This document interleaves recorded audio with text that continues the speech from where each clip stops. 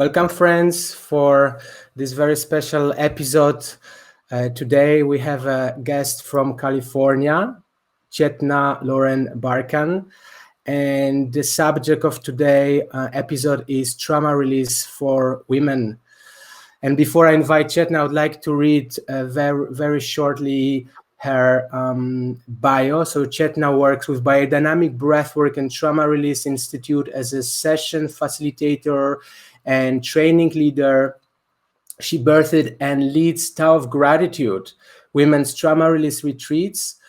And Tao of Gratitude is specially designed as a nurturing, compassionate, intensive space for women to identify, investigate, expose, and resolve all stories, beliefs, shame, and body-stored traumas. Over the last 25 years, Chetna has been learning and sharing integrated body, mind, breath modalities and meditation techniques throughout USA, India, Bali, Peru, Thailand, Australia, China, and Russia. She supports her session and groups with a strong, grounded presence in conjunction with an open, compassionate heart, plus an abundance of joy and humor. So let me invite and bring Chetna. Hello. Hello, Hi, everyone. great to see you. Great to see you. Thank you Fantastic. so much. So I can't see who's here, but who's ever here, welcome. So nice to see you. Yeah, we have already 16 participants. During this live, we would like to invite you, if you have any questions, you can post them on the chat box. We will be also responding to the questions. But to start with, I would like to ask you, Chetna, about your personal history with trauma work, especially for women. I know a few women that has been in your groups, and they always speak in a very good words about how you hold the space, how you created Tao of Gratitude. So how all this started for you? I happen to have, I think, some fairly complex traumas in my life. There were birthing traumas, there were developmental traumas, there were shock or situational traumas, there were generational traumas. So combining all of that, it's called complex traumas. Somehow, I was born with a decent resilience and decent coping skills, or I learned how to generate them. So all these traumas didn't fully land in my nervous system, or shall I say, all these traumatic events didn't fully land in my nervous system as traumas, but enough of them did. I also had a bullying, so I go backwards for a moment because I had a bullying situation when I was 15 or 16. And that really affected how I see the world and my trust in myself and my relationships. I also had a bit of sexual trauma in my early developmental years, and that affected how I relate to myself and to men. So I started using my sexuality for exchange of love, approval, and appreciation. And I started not really trusting people around me. So that became difficult to have sustainable, honest, loving relationships. And I knew very early on that this was not my truth, and my truth was bigger than that. I didn't quite know exactly how to access that. And I kept my connection to God, and my connection to spirit was just kind of like my little secret world that I didn't think people would understand when I was younger. So those things in unity brought me to wanting to go deeper in my personal development, understanding that that was my true path to become a healthy, stable, balanced human, not to live from a traumatized place. So that brought me originally into doing body work, and then into meditation, eventually to India and to breath work. And I could speak about my self journey, Nisarga, for so long because there's so many small details. Mm, But I think I can leave it at that and just share that that is what really brought me deeper onto this path. mm, Yeah, I'm happy to answer more if there's anything specific, and that might be enough um, to mm. share. No, thank you for honest sharing about your story. And I think personally, I also know from my own perspective that what brought me to trauma was actually also my story, my abusive story from the childhood that somehow was in my body, was living in my body, and I was inquiring like what to do with it, how I can move on with more fluidity in my body, with more emotional awareness. So I think definitely those difficulties in our childhood somehow push us to the healing first, and then from the healing then to sharing with others, because I guess throughout your journey you gain so much experience about what you're doing that now you can share with women. Yeah. So I'm just wondering if somebody is traumatized and they are not sure if my experience was traumatic or not, especially for women. How would you describe what could be symptoms of trauma and where trauma is usually stored, depending on the experience? So this could help women to understand how we can first kind of like connect and diagnose ourselves, and then find help for resolving that traumatic experience. Okay. So, firstly, I want to say that I choose, when I'm not with BBTRS, I choose to work with women because through my experience with BBTRS, I started to understand how many women actually experienced some form of sexual abuse. It may not have been a complete penetration or what would be described as a clinical rape, but it could have just been an energetic, a misuse of energy by another being that landed in them as some kind of sexual intrusion. And I started to see through my experience that almost every woman that I met had some experience like this. I say this because although I focus on trauma release for women, the answer I'm going to give now is for men and women. I just have an affinity to working with women. But in terms of symptoms or where one might find the experience of trauma in their being, there's such a list, and they could be related to so many other things. But these are good guidelines to look for. If somebody really experiences a skewed sense of their reality. So a current situation that perhaps is intense, but maybe not that strong, but the reaction is really fear-based. The reaction is really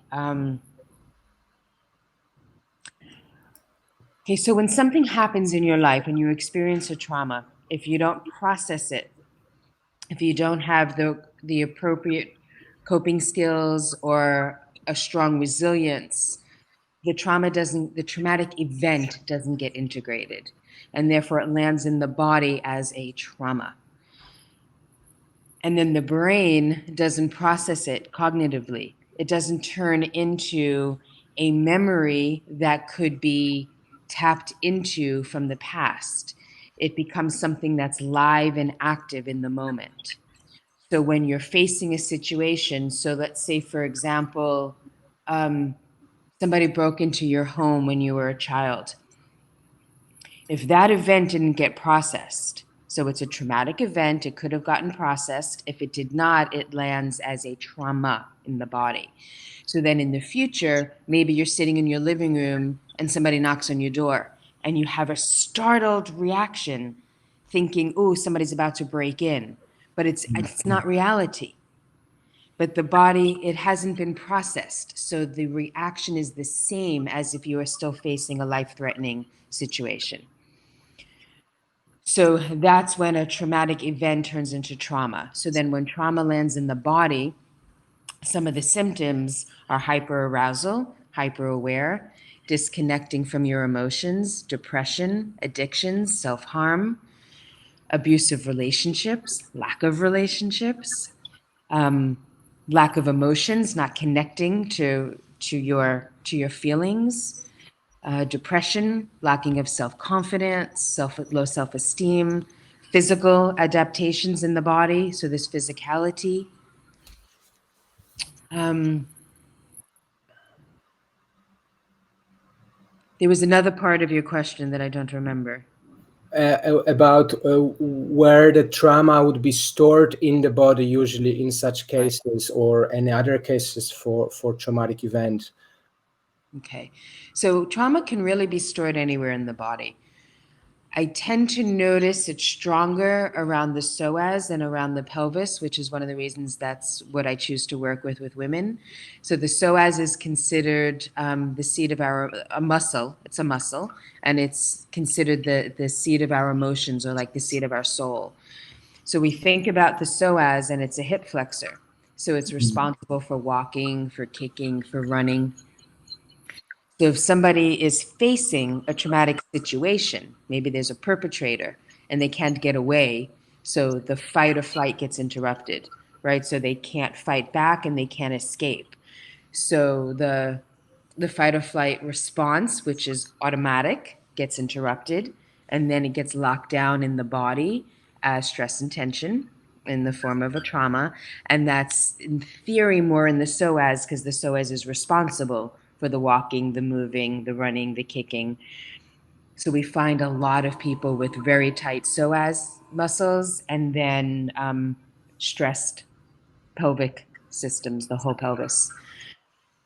Plus, the pelvis has the root chakra. So the root chakra is where our basic primal needs begin, right? So the basic primal need to be accepted, to feel belonging, love, care, affection, support. So our original caregivers are meant to support these basic primal needs.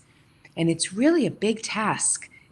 Parents might think it's simple, or caregivers might think it's simple, but it's really a big, big task.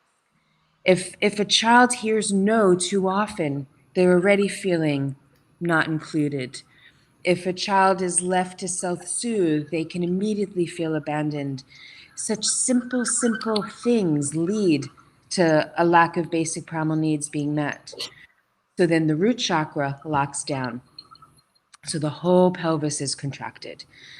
So that's one of the reasons why I work with women around the pelvis, and that's one area where the trauma can really be. But any part of the body can get stressed and store the trauma. We do something in BBTRS, Nisarga, as you know, when we work with the eyes, which is based on EMDR, where we use a light or a dot on the finger, right? And we follow the eyes. And then suddenly there's a block because there's something that somebody doesn't want to see, or something, right, that the brain doesn't want to catch. So that might be locked literally around the ocular belt of tension. We have so much stored in our jaw, in our neck, around the oral belt of tension and the cervical belt of tension, when we feel like we can't express, we can't speak, we can't share. So this is all tense and tight. So we can have trauma almost anywhere in the body. So she was telling me that story that she got a voucher from a friend to go to a very good massage therapist, male massage therapist, and she had a great session. And then a few years later, she realized that actually there was some abuse there, energetical, and at the time she wasn't even aware of it. And then somehow she grew in her awareness, in her body awareness, and she realized, oh my god, that was actually traumatic for me, and I didn't even knew it. I didn't even know what are my boundaries in this situation. So I'm just when I hear such story, I'm very, very touched, because very often it's about building that awareness from early age, both for men and women. So this kind of situation are not even, they shouldn't even happen, but it's so common, as you said. Like, so many women you meeting are having similar or even worse experience. So common. And oftentimes it's unconscious on the other side, and oftentimes it's not. Mm-hmm. And Yeah. then there's also a lot of experience of gaslighting where somebody says they're not doing this and the person really feels it. It's like I know that this is happening. So Mm-hmm. then there becomes a deeper mistrust. A deeper mistrust gets created with oneself and with their environment. When you really are certain that you're tuning in and you're feeling appropriately, and the other person is saying, "No, I'm not doing that." Mm-hmm. It's a very challenging situation to navigate and to learn what's real. Mm-hmm. That's also a way that trauma sets in, is when you're cognitive, there's just too much cognitive dissonance. Things just don't are not clear. They don't make sense. There's too many gaps in reality. And unfortunately, there's too many perpetrators that support that. Mm-hmm. Right. So I think if we also all learned a different level of emotional intelligence and communication, and getting rid of certain topics in school and replacing them with communication skills, emotional intelligence, nonviolent communication, and if we all really understood that we're the same, and I can stand up and say, yes, I did that, and you can stand up and say, yes, you did that, and then we meet from such a place of respect and Mm-hmm. trust, love. And so many of this gaslighting, manipulating situations would be eliminated if we really taught. Oh, and shame, right? So shame and guilt are really big trauma responses too. So it's the shame and the guilt that would cause somebody to deny that they did something. And it's the shame and guilt that would also cause somebody to deny that something actually happened to them. Because women tend to feel responsible. They did something wrong. There's so much guilt, so much shame, right? So I'd like to hold these spaces where we can all stand up together, kind of like the Me Too movement. Me too, Mm-hmm. right? You didn't do anything wrong. This happened. And once we release the protection, once we release the holding, that, so shame is like a box that we keep ourselves in. And we put on our masks, and there's so much energy to keep those masks on, and there's so much energy to hold the shame in. And once we feel safe, so any therapist, it's so important to have a safe space for your client. And once that safety is there, and the box can start to open a little bit at a time, right? So this is the pendulation and the titration, opening a little bit, a little bit, a little bit. And then the energy that was once used to hold this lie in place gets freed up. And then we have all this energy to actually be love, and to be creative, and to be sexual, and to move. So it's so important to create safe space for each other in a therapeutic setting, in a friendship setting, in a relationship setting, without the gaslighting, without the denial, without the shaming. Mm-hmm. So creating the safe space would be something that each individual has first to understand. Okay, like what is my boundaries, and how and what it means for myself, the safe space, and how to navigate that communication without guilt or shame, and without being afraid that I can hurt the other by setting strong boundaries. And so they are dealing with their stories about rejection or whatever else is there. So I think that is very interesting also, for me, from my perspective. Just understanding first myself, my boundaries, and then speak up in relationship to others, and I know it's not easy at sometimes. So how would you suggest to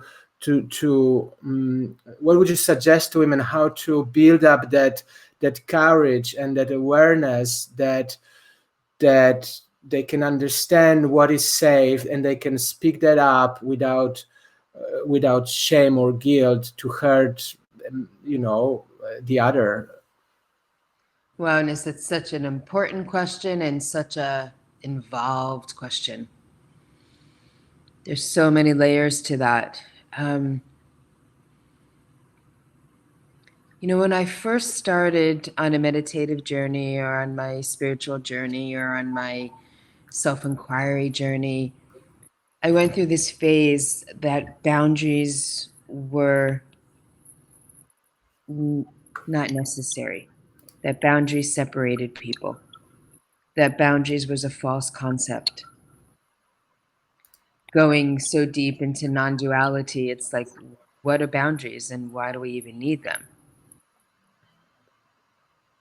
And then as I got deeper into trauma release work, I started to understand on a different level that until somebody clears the trauma holdings, boundaries are very important. And maybe once somebody finds themselves really clear and free and they go deeper into spirituality, then we can start playing with being boundaryless. But until that point, boundaries are important because people say no when they want to say yes. People say yes when they want to say no. People are afraid to hurt the other with their imposed boundaries. People are afraid to not be liked. People do things in exchange for love, approval, and appreciation when they don't want to, because they need so badly to feel connected, to feel liked. This is a typical thing of a people pleaser where there's no boundaries at all. I need you to like me so much that I'm going to do whatever you ask me to do, so there's no conflict. So there's smooth ease between us, but it's not smooth and it's not ease. It's all masked. It's not true. When somebody asks for their boundaries and the other person hasn't worked on their own self-growth and development, that's when you might face somebody feeling like they're being shamed or blamed.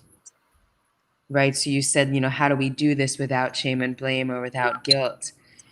Both people have to be able to be willing to communicate consciously and with awareness.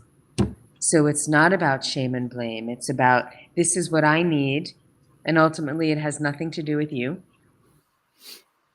This is just what would make me feel safe and present with you in the moment. And since I want to be present with you in the moment, and I need A, B, and C to feel safe so I can be present, are you willing to work with me on this? So we can propose it as questions, as requests, not as demands. When somebody proposes their boundaries as demands, in my experience, that's when more conflict shows up. And that's when the other might be less willing to meet you because they feel a demand or a command. And they may not have the ability to tune in with an empathetic heart that, oh, you're demanding this of me because of B and C. They only feel a demand. And in society or in human nature, when somebody feels a demand, they tend to back away. So it's a very sensitive, creative, and fluid conversation to create boundaries. It's really important for the one that has the boundaries to be aware of how it might be received by the other. And a lot of people might say, that's not my job. That's not my business. But I kind of disagree. I feel like it's both of your jobs to communicate, break down the process bit by bit so you both understand what's really needed. And it's time consuming. And it takes a lot of awareness and a lot of consciousness. And if this relationship in front of you is important, then the two will take the time to figure out what is needed to have a healthy interaction. Mm. It's complicated. It's not Mm. easy. So both has to somehow be able and be willing to take the responsibilities for their own feelings, basically. Mm. That's pretty much the bottom line. Yeah, I'm so grateful for this conversation. You know, when we were planning it together, I was a little bit hesitant because topic is quite deep, and especially I'm hosting it as a man, and you mentioned already a Me Too movement, and yes, I totally understand the movement, and yet there were times the movement was so active over a few years, and I know also some cases where that movement was abused towards men as well, and it triggered something inside of me. But what's interesting that now I don't have that charge. I feel compassion. I feel compassion for for trauma, basically, for human being, and it becomes transpersonal. It's not anymore male female. Absolutely. It's just traumatic energy trapped in humanity somehow, a big time, that affects women, and then through that also men, and really, and really needs to get into light, and I know many people speak about it, and I'm happy that you are taking that work, and helping women to bring more awareness for this subject, because I it's huge. And this, it's not just women. You touched on that, and I touched on it earlier. Men experience sexual abuse as children too. Men experience predator energy from women, just like women experience from men. Men experience incest. Men experience all the same things women do. I think men don't speak about it as much. And I think it might happen to women a little bit more simply because there's just, I don't know why. Because I don't want to get into a male female. I Mm, don't know. I don't know if it's that just historically that's how it went.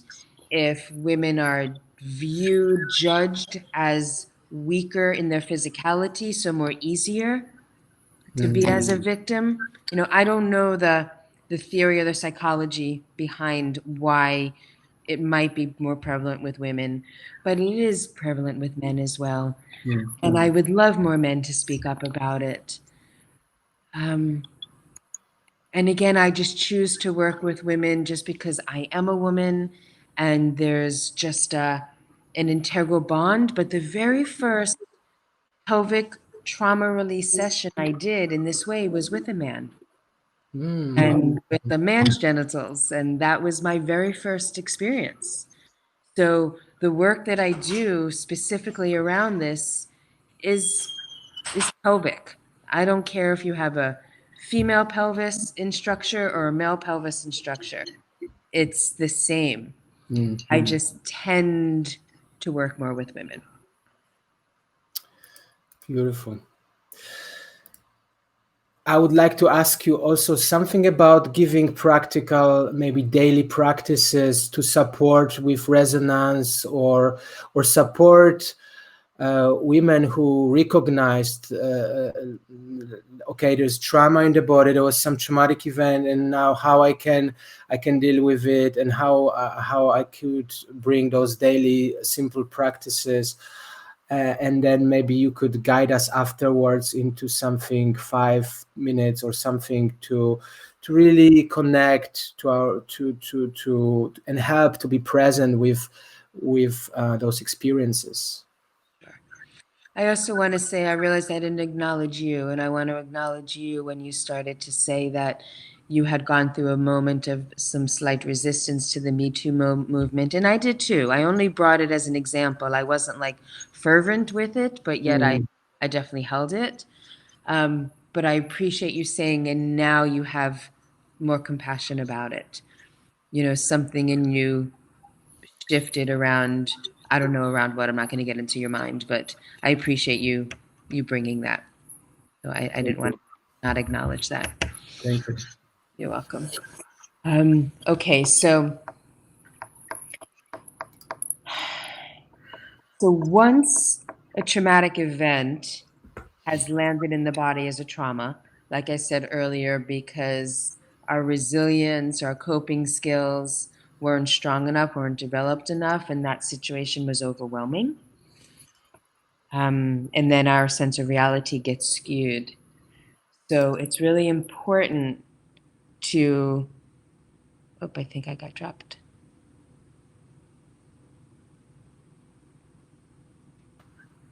Oh, I didn't know if I got dropped or what happened. Okay.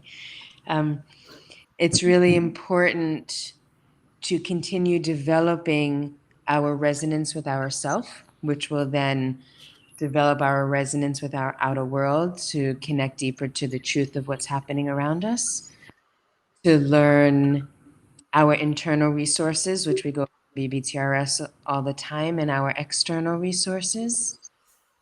Once we develop that, and through therapy, right? So one of the ways, I'm just going to go back into this, one of the ways that BBTRS and Tao of Gratitude works is by uncoupling the present moment with the past traumatic event.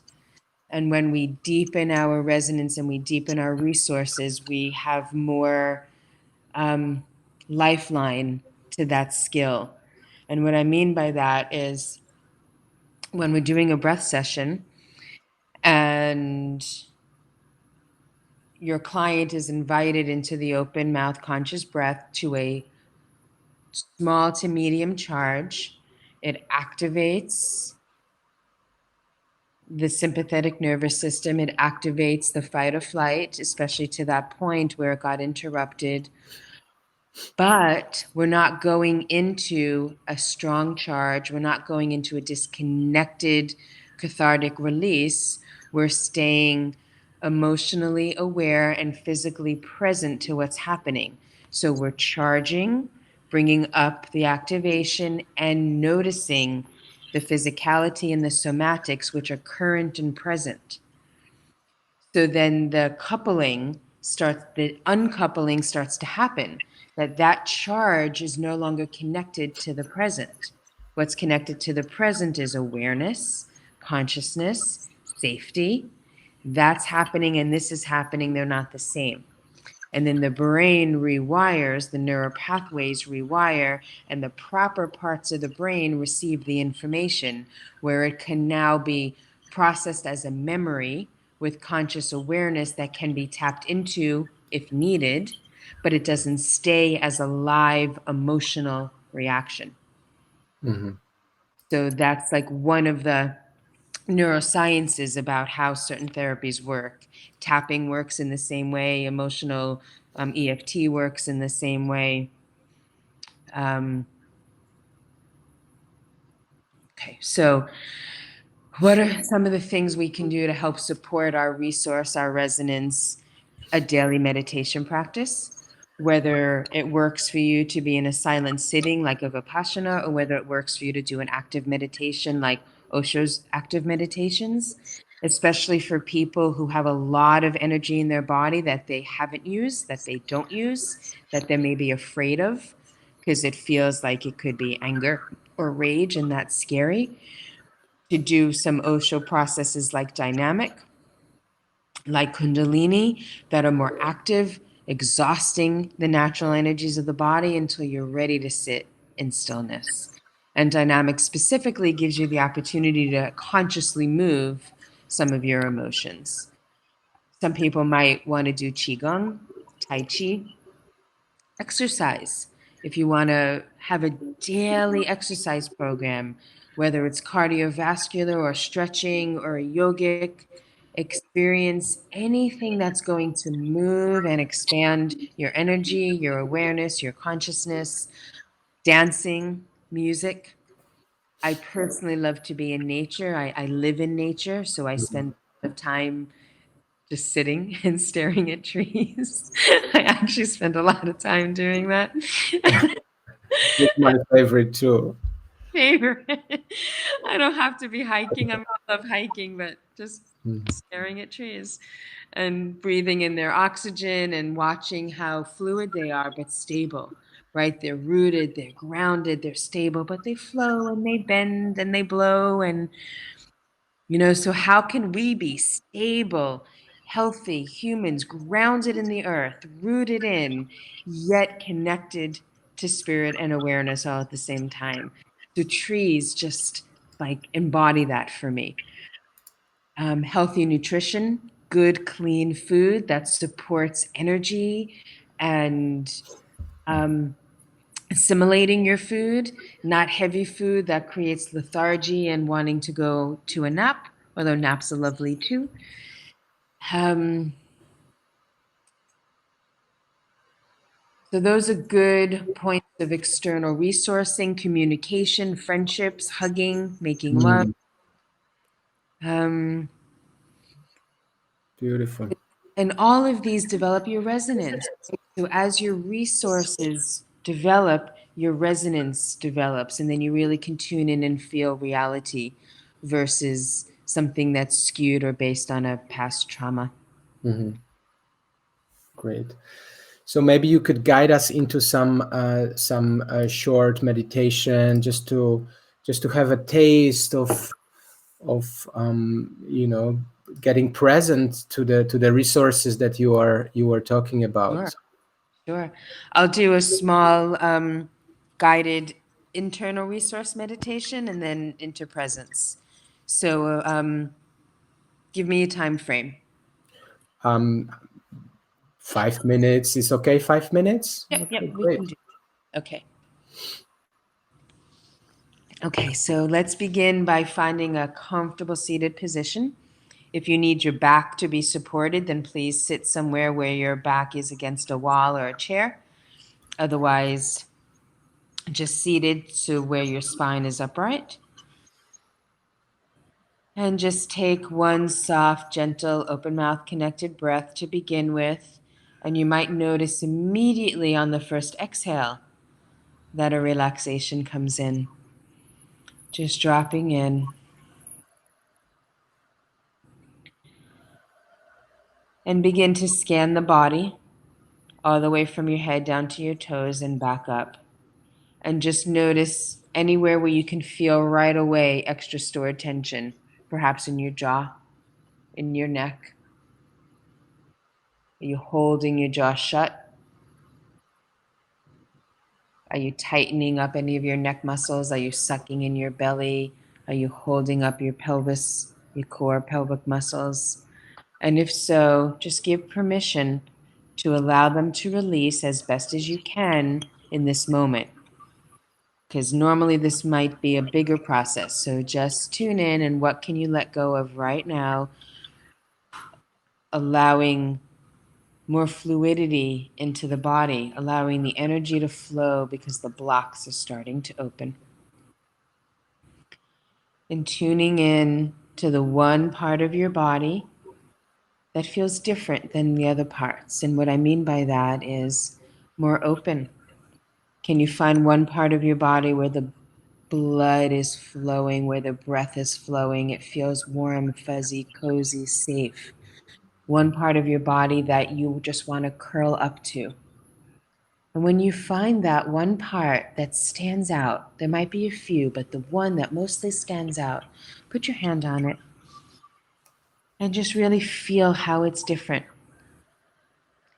Can you feel that it's expanded or more expanded, fluid, loose, open, tingly? Is there a color? Does it feel softer than another part of your body? When you focus your breath, allowing your breath to just go, a nice, gentle, open mouth, connected breath into that place, does it expand even more? So, this is how we continue to develop our sense of connection to self, our internal resources, which are always within us. When the external resources aren't available, or even when they are, how special to know that there's something inside of you. And sometimes it's hard to find, and sometimes it takes really a big amount of time, and that's okay. There's no right or wrong, there's no shame. So if you have found it, just notice how it feels. Connecting deeper, getting more familiar. We don't spend a lot of time noticing our body. So keeping your hand where it is, I now invite you to notice the present moment, that right here and right now, you are supported. If you're sitting on a chair or on the couch or on the floor or on a cushion, can you feel this underneath you, holding you, supporting you, allowing your nerve impulses to go up and down your spine, into your brain, down into your roots, up into source, feeling how in this very moment you are safe.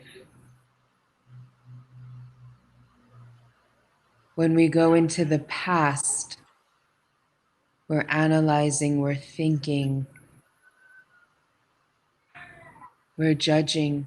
When we go into the future, we're wondering, we're projecting, we're in fear, we're trying to make plans. Both directions, past and present, past and future, take you out of the present. Right here, present moment, with your hand on your resource, being supported by the pillow, the cushion, the couch, the floor. Right here, right now, present. There is no problem. And the next moment moves, and it's still present, but it's the next moment. There's still no problem. Right here, right now. Can you feel the presence and the support and the love of this moment?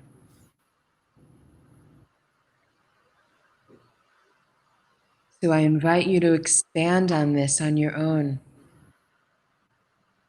Deepen this kind of resourcing and this kind of meditation, and knowing that at any time when you start to feel overwhelmed, or when you feel like the reality is skewed, there's confusion, there's fear, there's sadness, anxiety, stop wherever you are. Find your resource, find your present moment awareness, and start again. The gift of time is that each moment is new, and we can start again in any new moment.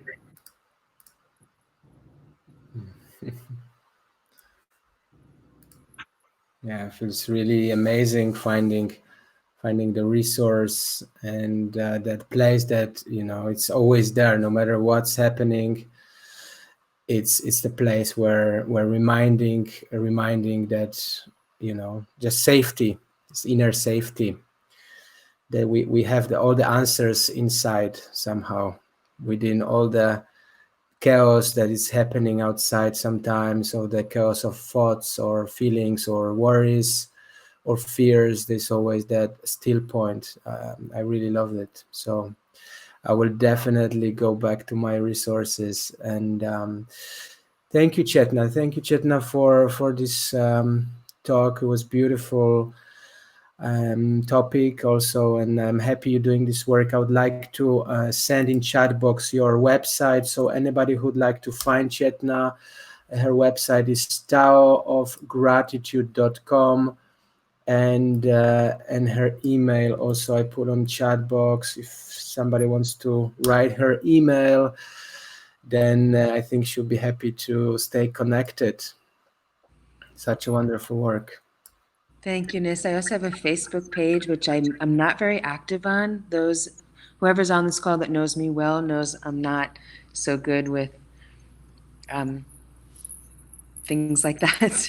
But I always want it to be more active. So if anybody would like to join and help me make it more active, it's Tao of Gratitude, Trauma Release for Women with Chetana Barkan.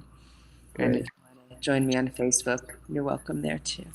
and of course biodynamicbreath.com. That's the BBTRI institute that we both are facilitator with. So you can find Chetna also there. Great, thank you. Thank you, Nisarga, so much. Yeah. Such a delight to be with you, to receive your questions and your feedbacks and the like making it a conversation. I enjoyed every bit that you brought to this. Thank you. Thank Yeah, you. and for whoever's listening, thank you for tuning in. Bless all of your hearts. And we're all, we're all one big community and one big family, and it's really important that we support each other